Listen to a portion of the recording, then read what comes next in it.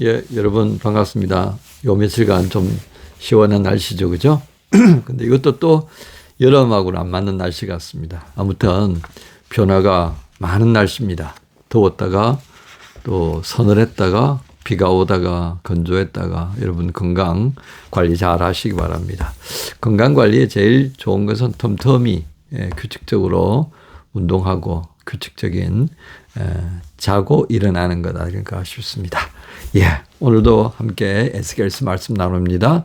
오늘 에스겔서 4장입니다. 4장 가운데서 함께 봉독할 말씀 9절부터 17절까지 말씀 함께 하겠습니다. 9절부터 제가 봉독합니다. 너는 밀과 보리와 콩과 팥과 조와 귀리를 가져다가 한 그릇에 담고 너를 위하여 떡을 만들어 내가 옆으로 눕는 날수 곧 390일 동안 먹되 너는 음식물을 달아서 하루 20세겔씩 때를 따라 먹고 물도 충분히 6분의 1 흰씩 되어서 때를 따라 마시라. 너는 그것을 보리떡처럼 만들어 먹되 그들의 목전에서 인분 불을 피워 구울지니라. 또 여호와께서 이르시되 내가 여러 나라들로 쫓아내어 흩어버릴 이스라엘 자손이 거기에서 이같이 부정한 떡을 먹으리라 하시기로 내가 말하되 아하 주 여호와여 나는 영혼을 더럽힌 일이 없었나이다. 어려서부터 지금까지 스스로 죽은 것이나 짐승에게 찢긴 것을 먹지 아니하였고 가정한 고기를 입에 넣지 아니하였나이다. 여호와께서 내게 이르시되 보라 쇠똥으로 인분을 대신하기를 허락하노니 너는 그것으로 떡을 구울지니라. 또 내게 이르시되 인자야 내가 예루살렘에서 의뢰하는 양식을 끊으리니 백성이 근심 중에 떡을 달아 먹고 두려워 떨며 물을 되어 마시다가 떡과 물이 부족하여 피차에 두려워하여 떨며 그 죄악 중에서 쇠폐하리라. 아멘. 오늘 말씀의 제목은 몸으로 표현하는 하나님의 진노, 몸으로 표현하는 하나님의 진노 이렇게 정해봅니다.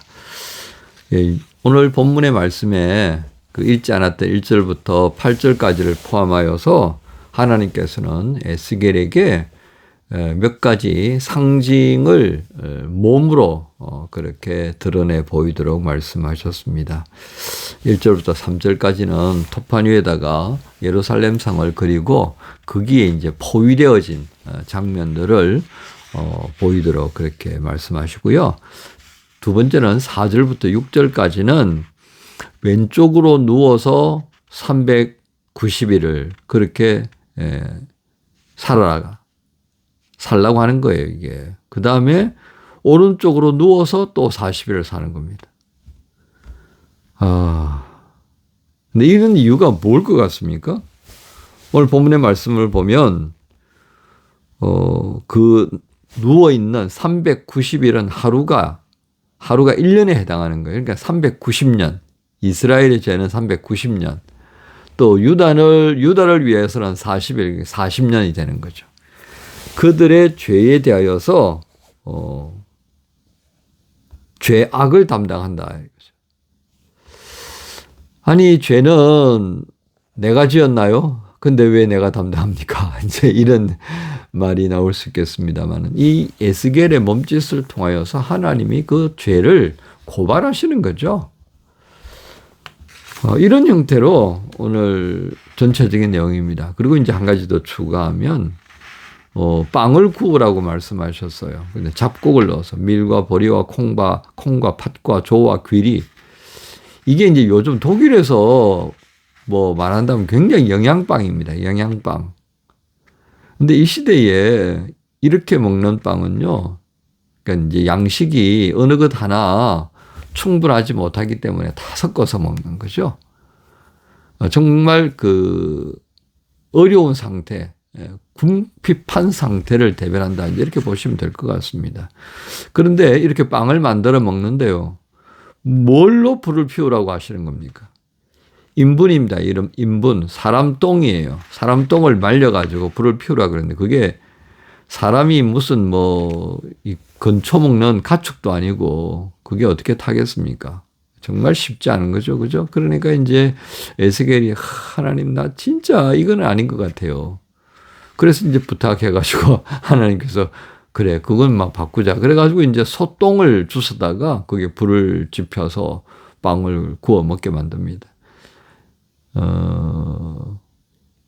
목초지에서 생활하는 그 유목민들은요, 이렇게 소똥을 가져다가, 가축이죠. 가축의 똥을 가져다가 이제 연료로 사용하기도 해요.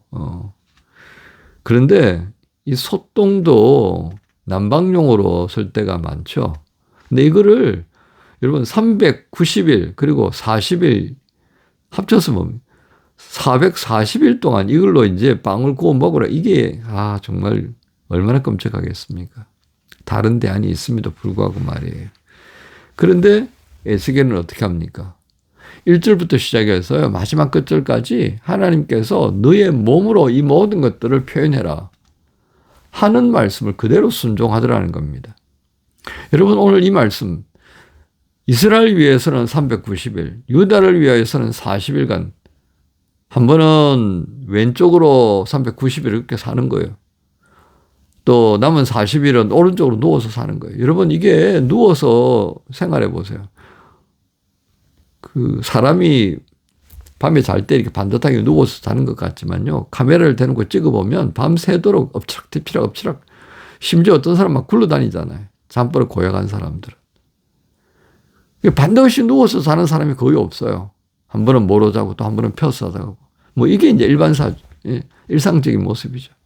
저는 이제 왼쪽으로 누워서 자는 경향이, 왼쪽 어깨를 이제 밑으로 해서 이렇게 자는데요. 그리고 이제 골아 떨어져가지고 아침 6시까지 이렇게 자는 거예요. 그럼 자고 일어나면 왼쪽 어깨가 뻐근하죠, 뭐. 왼쪽 어깨만 뻐근하겠습니까? 왼쪽 목깨도 뻐근하고, 이거 뭐 어디 두드려 맞은 것 같기도 하고. 이제 그래서 그 다음날은 좀 신경 써가지고 또, 반듯하게 누웠다가 이제 오른쪽으로 또 돌아가는 것 같아요, 이게. 무의식적으로 이제 불편하고 아프니까. 근데 이걸요, 내 자의식 있는, 그리고 눈 뜨고 있는 상태에서는 모르겠지만, 무의식적인 상태에서도 그대로 행해야 하는 이런 에스겔의 모습을 가만히 생각해 보세요. 이게 보통 정신으로 되겠습니까? 근데 이걸 하나님께서 뭐라고 말씀하셨어요? 이게 이스라엘이 범한 죄다. 이게 유다가 범한 죄다. 그 죄를 드러내시는 거죠. 여러분, 이 에스겔이 이와 같은 모습을 드러내는 시기가 언제인 줄 아십니까? 여호야긴 왕이 잡혀간 지 5년째 되는 해라 그랬습니다. 그 말은 여호야긴의 뒤를 이어서 시드기야가 왕이 된 지 5년째가 되는 거죠. 시드기야는 어떠했습니까?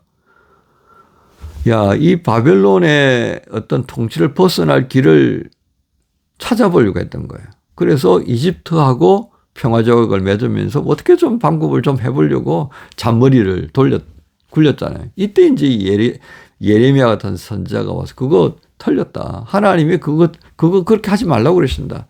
순전하게 그냥 바벨론에게 항복하고 우리는 그렇게 혼나야 될 시기를 지금 맞이할 수밖에 없어. 그걸 이야기했던 거죠. 이게 이제 정상적으로 먹혀들지 않는 상황이 된 거예요. 그러니까 예레미야는 예루살렘에서 시드기야 왕을 향하여서 이 예언을 하고요. 그리고 바벨론의 포로로 잡혀 있던 이 이스라엘 백성들이 이제 환상 속에서 우리 좀 있으면 돌아갈까 있다고 소리하고 있는 것을 향하여서 하나님께서 에스겔을 통해 보이는 거예요. 택돔술하지 말어. 지금 에스겔이 앞으로 너희가 겪게 되어질 모든 지금까지 해왔던 모든 어리석은 모습들을 이렇게 보이는 거야. 그걸 드러내어 주셨던 겁니다. 지난 시간에 말씀드렸던 이 백성들이 너에게 대하여서 어떻게 한다고요? 가시, 전갈 이런 식으로 너를 괴롭게 할 거다라고 말씀하셨잖아요. 그럼에도 불구하고 에스겔은 이 하나님께서 하라고 했던 것들을 그대로 준행한 것을 보입니다. 인부는 도무지 아니었던지 간에 그거는 소똥으로 바꾸어 달라고 했던 거죠. 여러분, 우리는 이 에스겔에게서 하나님의 말씀이 얼마나 충실하려고 했던가를 우리가 좀 눈여겨볼 필요가 있겠습니다. 그래서 우리는 이 에스겔에게서 배운다고 한다면요, 우리가 복음 안에 있으면서 정작 내 삶의 모습, 우리의 삶의 모습은 무엇을 드러내고 있는가 하는 겁니다. 우리가 복음 안에 있으면서 정작 드러내는 것은 안복음의 모습 아닐까 싶기도 합니다. 그래서 내 편한 대로 하고 싶어 하는 거예요. 내가 옳다고 그러면 옳은 거고, 내가 그거 아니다 그러면 아닌. 뭐가 중심이 되어야 하는지도 분간이 되지 않는 그런 시대를 우리가 살아가면서 지금 에스겔의 모습을 보고 있는 겁니다. 그런 우리의 모습을 하나님께서는 에스겔을 통해서 고발한다고 해도 과언이 아니겠습니다. 소위 말하는 신앙을 말하자면 우리는 종교적이고요. 하나님을 말하는 것 같지만 나에 대해서 말하고 있고, 하나님의 사랑에 대해서 말하는 것 같지만 나를 더 사랑해 달라고 말하는 것 같은 그런 겉과 속이 다른 모습에 점점 종교인화되어져 가는 우리의 모습들을 향해서 하나님 에스겔을 통해 말씀하신다 하겠습니다. 하나님은 우리에게 이처럼 충성된 일꾼을 보라고 말씀합니다. 모두가 배반자였고 모두가 반역자였습니다. 마음이 딱딱했고 믿음이 왜곡된 사람들이라고 하나님께서 이스라엘의 현 주소를 지적하셨습니다. 그 가운데서 에스겔을 통해 하나님의 마음을 들여보내더라고요. 그럼에도 불구하고 이스라엘을 또 한번 돌이키려고 하시는 그 하나님의 마음을 우리는 에스겔을 통해서 볼 수 있어야 되겠습니다. 그리고 온전히 하나님께 충성했던 에스겔의 모습을 보면서 예수 그리스도 안에서 십자가의 은혜를 따라 구원의 복을 누리고 있는 우리는 우리의 몸으로 무엇을 지금 표현하고 우리의 몸으로 어떻게 살아가고 있는지 또 한번 돌이켜보라고 하시는 말씀입니다.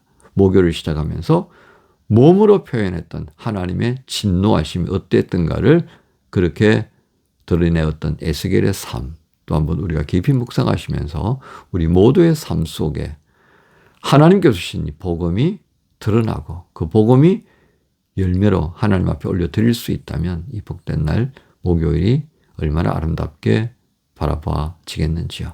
이런 목요일을 살아갈 수 있기를 소망하며 여러분 모두를 우리 주님 예수님의 이름으로 축복합니다. 주님 감사합니다. 하나님의 그 진노하시는 마음을 자신의 몸으로 표현해야 했던 에스겔이었습니다. 얼마나 힘들었겠습니까?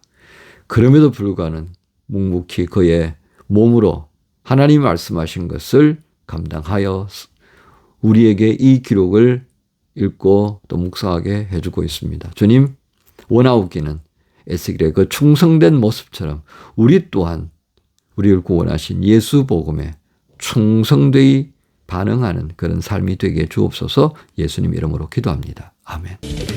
어두운 날 다 지나고 그가 빛을 발하니 쓰러져가는 우리 영혼 주가 붙잡아 주시니 우린 쉬지 않으리 이 길에 끝이 있으니 한 걸음 주와 함께 걸으리 우리의 걸음이 끝나는 그날 매 순간 함께 하시리 우릴 안아주시리 더 이상 눈물 없으리 당신의 그 나라 안에서 이제 영원히 주 품 안에서 우리 찬양하겠네